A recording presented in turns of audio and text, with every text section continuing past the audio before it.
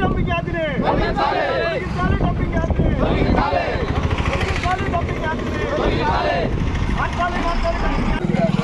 యార్డుని సాధ్యమైనంత తొందరగా గత ప్రభుత్వం ఏది మన చంద్రబాబు నాయుడు ఈ గతం నుంచి కూడా ఈ డంపింగ్ యార్డ్ ఇక్కడ తీసేమని ఎన్ని ప్రతిపాదనలు వచ్చినా తీయకుండా ఇక్కడే పెట్టేసి స్థానిక మన శాసనసభ్యులు ఇప్పుడు ఉన్నటువంటి బుద్ధప్రసాద్ గారు దీన్ని ఇక్కడే కంటిన్యూ చేయడం మాత్రం సమర్హం. దీన్ని ఇక్కడ అర్జెంటుగా తొలగించాలని మేము కోరుతున్నాం. అందరికీ నమస్కారం. ఈరోజు అవనగడ్డ కంపోస్ట్ యార్డ్ దగ్గర ప్రెస్ మీట్ పెట్టగల కారణం, గతంలో ఈ కంపోస్ట్ యార్డ్ విపరీతంగా చెత్త పెరిగిపోవటం, అలాగే ఇదే కంపోస్ట్ యార్డ్ గురించి గత ప్రభుత్వంలో ఉన్నటువంటి ఇదే శాసనసభ్యులు వారు గత ప్రభుత్వం ప్రతిపక్షంలో ఉంటున్నారు ఈయన, అలాగే గత ప్రభుత్వం కూటమి నాయకులు వీళ్ళందరూ కూడా ఈ డంపింగ్ యార్డ్ గురించి ఆందోళనలో ప్రెస్ మీట్లు పెట్టిన పరిస్థితులు. మరి అలా ప్రెస్ మీట్లు పెట్టిన వాళ్ళు ఇవాళ దీన్ని వాళ్ళ డంపింగ్ యార్డ్ని కనీసం దాని గురించి ఆలోచించుకుంటూ ఉండటం చాలా హాస్యాస్పదంగా ఉంది.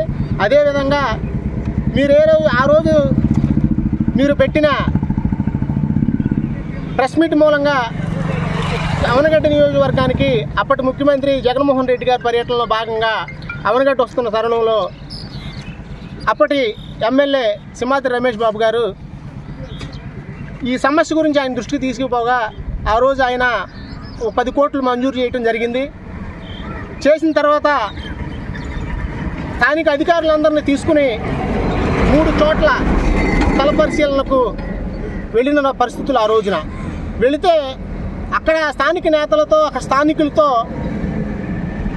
అభ్యంతరాలు పెట్టించి అడ్డు పెట్టించి పర్మిషన్ లేకుండా చేసింది మీరు కాదా ఆ రోజున? అదేవిధంగా ఈ క్రమంలో ఎప్పటికీ మీరు వచ్చి సంవత్సరం కావస్తూ ఉంది, అక్కడ నిధులు శాంక్షన్ అయి ఉన్నాయి. మరి ఆ నిధుల్ని సద్వినియోగం చేసి ఈ డంపింగ్ యార్డ్ సమస్యని తొలగించాలి కదా. తొలగించకుండా ఇవాళ మీరు ప్రెస్ మీట్లో ఏదో అవాకులు చవాకులు మాట్లాడుతున్నారు, అది కరెక్ట్ కాదు. ఏదైతే ఇక్కడ సమస్య ఉందో డంపింగ్ యార్డ్ సమస్య చూడండి. ఇవాళ ఈ పక్కన ప్రధాన రోడ్డు, ఇది మెయిన్ రోడ్డు, కోటూరు వెళ్ళే రోడ్డు పక్కనే ఇవాళ మురుగు పోయటం, నాగాలంకి వెళ్ళే రోడ్డు మురుగు పోశారు. మరి ఇవాళ ఒక చిన్నపాటి వర్షం పడితే ట్రాక్టర్ పైకి వెళ్ళలేని పరిస్థితి, చెత్త వేసుకుని ఇరుక్కుపోతుంది, మెయిన్ రోడ్డు మీద పోసేస్తున్నారు. దీని మూలంగా తీవ్రమైన దుర్వాసన రోడ్డు అమ్మటి వెళ్ళే వాళ్ళకి, ప్రజలకి. అదేవిధంగా వేసవి కాలంలో ఈ డంపింగ్ యార్డ్ నండిస్తే తీవ్రంగా పొగ, చుట్టుపక్కల ప్రాంతాలు మొత్తం పొగ కమ్మేయటం, అలాగే ఈ వాహనదారులకు యాక్సిడెంట్ అయిన పరిస్థితులు కూడా మనం చాలా సందర్భాల్లో చూసాం. కాబట్టి మీరు ఈ కూటమి ప్రభుత్వం లేచిన పొద్దు స్వచ్ఛ ఆంధ్ర, హెల్త్ ఆంధ్ర అనే ఊదరు కొట్టుకుంటున్నారు. మీరు మాత్రం ఇదే స్వచ్ఛ ఆంధ్ర, హెల్త్ ఆంధ్ర అని చెప్పి ఊదరు కొట్టుకునే మీ కూటమి ప్రభుత్వానికి మేము హెచ్చరిస్తూ ఉన్నాం.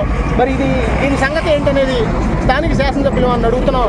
త్వరితగతిన దీనిపై చర్యలు తీసుకుని త్వరితగతిన దీన్ని తరలించాలని, వేరే ప్లేస్ చూసి ల్యాండ్ ఎక్విజిషన్ చేసుకుని దీన్ని తరలించాలని ఈ సందర్భంగా మేము డిమాండ్ చేస్తూ, ఈరోజు ముఖ్యంగా ఇక్కడ అవనగడ్డ డంపింగ్ యార్డ్ దగ్గర మనందరూ రావడానికి మెయిన్ కారణం ఏంటంటే,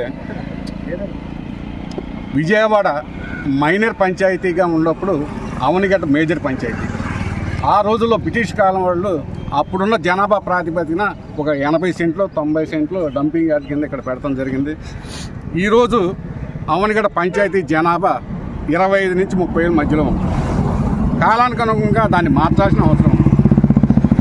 మనకు స్వాతంత్రం వచ్చిన దగ్గర నుంచి సుమారుగా ఈ 5 ఏళ్లతో కలుపుకుంటే ఓన్లీ బుద్ధప్రసాద్ గారి కుటుంబమే 45 ఏళ్ళు వాళ్ళ ఇంట్లోనే పరిపాలన ఉంది. మిగిలిన వాళ్ళు సింహాద్రి సత్యనారాయణ గారు 15 సంవత్సరాలు, సింహాద్రి రమేష్ గారు 5 సంవత్సరాలు మాత్రమే ఇక్కడ పరిపాలన చేశారు.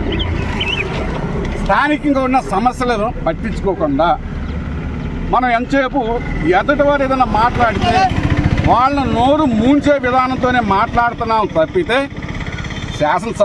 మాజీ శాసనసభ్యులు గారు మొన్న ప్రెస్ మీట్లో మాట్లాడుతూ కోడూరు రోడ్డు మీరు ఎక్కిన తర్వాత సంవత్సరం పాటు ఎందుకు లేట్ అయింది, మీరు ఏమన్నా బేరసరాలకు ఆపారా అని అన్న మాట మాత్రం వాస్తవం. నేను కూడా అందుకే ఆపారేమని అనుకుంటున్నా. దానికి మీరేమంటారు? మన మీటింగ్లో సంవత్సరం పాటు అధ్యయనం చేయడానికి ఆపి ఏం అధ్యయనం చేశారో? కంకరెత్త కలపాలనా, లేదా తారెత్త మిక్స్ చేయాలని అధ్యయనం చేశారా? లేదా ఎస్టిమేట్ని ఏమైనా రివైజ్ చేశారా?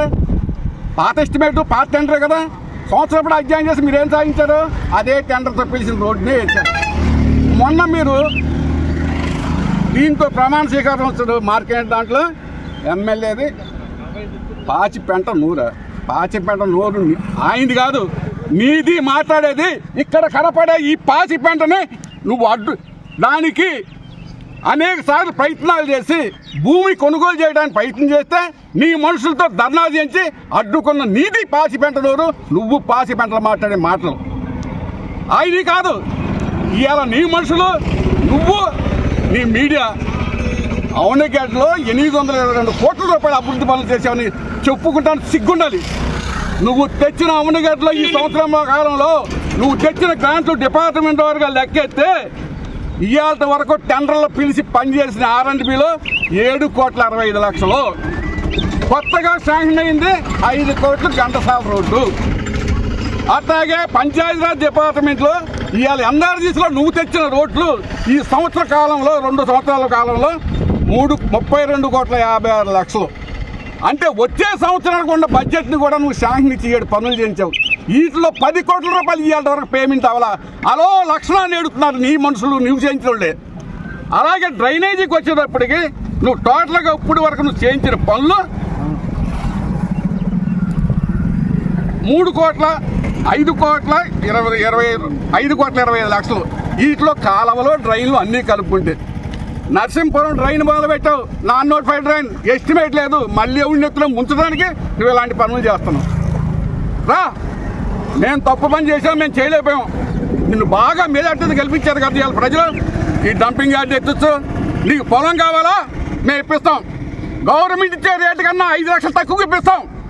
మా పార్టీ నుంచి ఎవరైనా సరే ధర్నా కూర్చున్నా, ఎవరైనా కోర్టుకు వెళ్ళినా పార్టీని సస్పెండ్ చేసి నీకు సాగరిస్తాం. రా, మొగాడు అయితే తీర్చి నువ్వు మాట్లాడు.